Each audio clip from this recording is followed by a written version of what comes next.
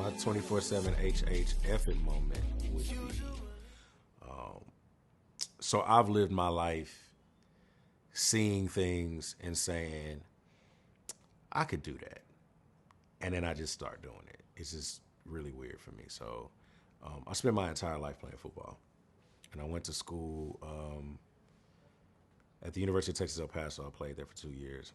And when I decided that I was really kind of like overplaying ball, I just got up, gave my scholarship back, came back home.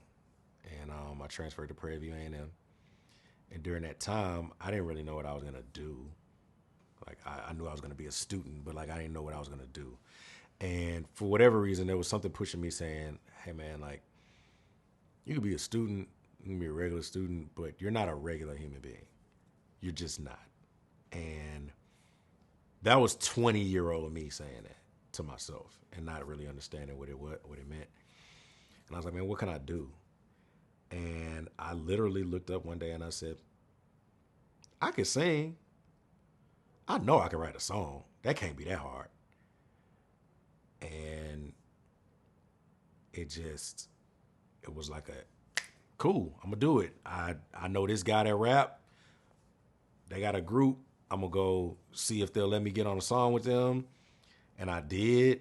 And I was like, well, I'm gonna just figure out how to make music. I was 20 years old. I knew music. I knew what it was. I was a fan of music, but I just never written it and I never made any of it. And I was like, well, while I'm doing that, learning, while I'm writing these hooks for them,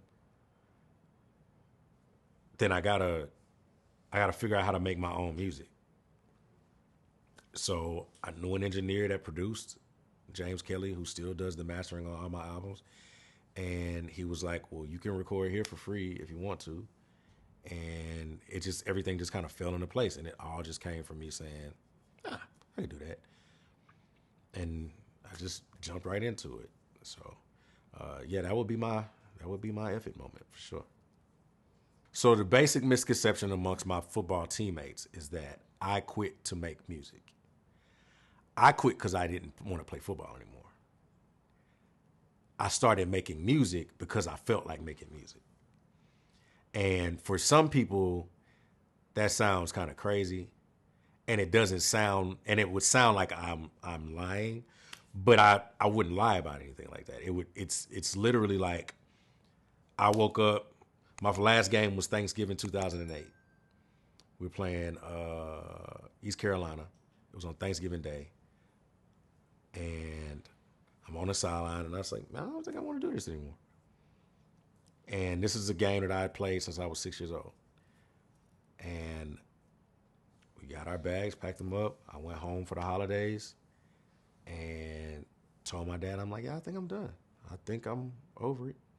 He's like, well, think about it. Take the Christmas holiday and think about it.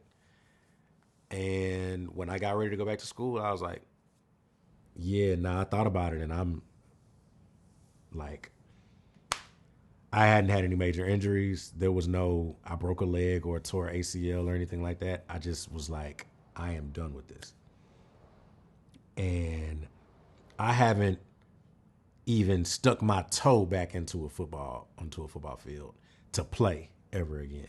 I look back on it now and I think about the gall it took to walk away from free school and to come home and transfer to an HBCU and to have to tell the coaches there that found out that I was there that no, I'm not running track and I'm not playing football.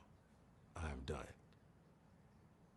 And me just picking up music and being like, I think I can do this.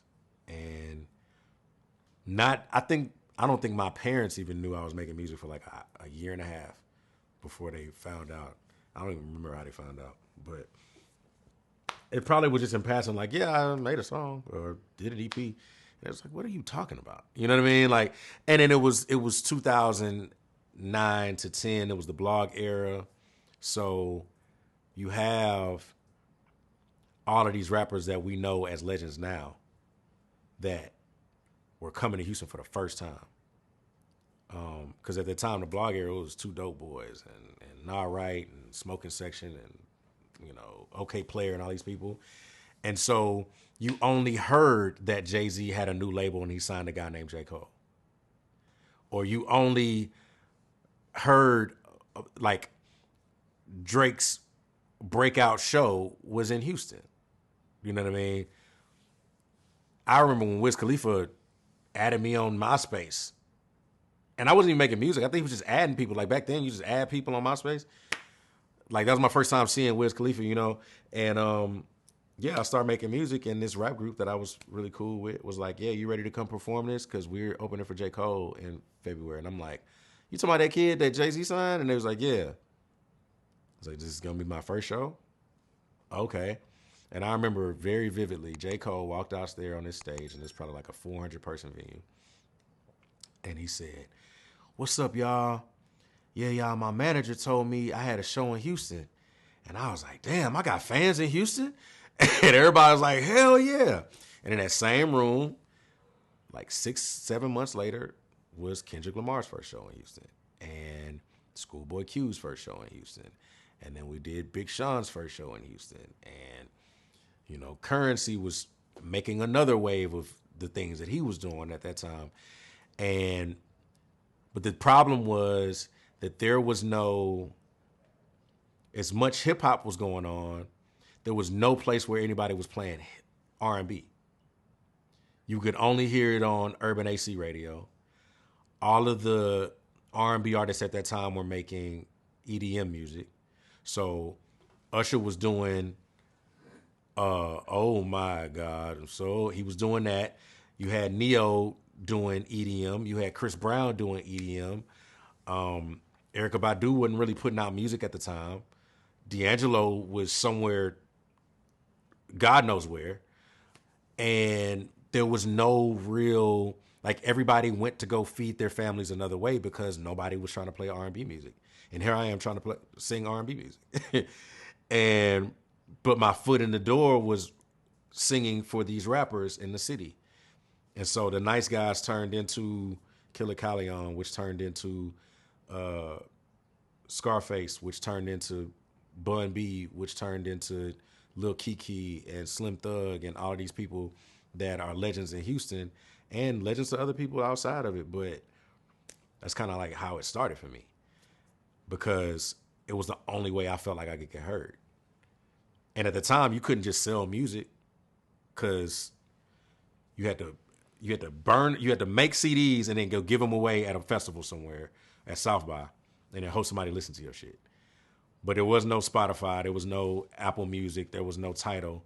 Just like 2 or 3 years before we even knew what Spotify was. So everybody was just giving away music for free on DatPiff and on all of these different sites.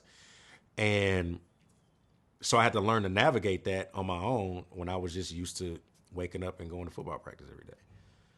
So yeah, it was a hell of a transition.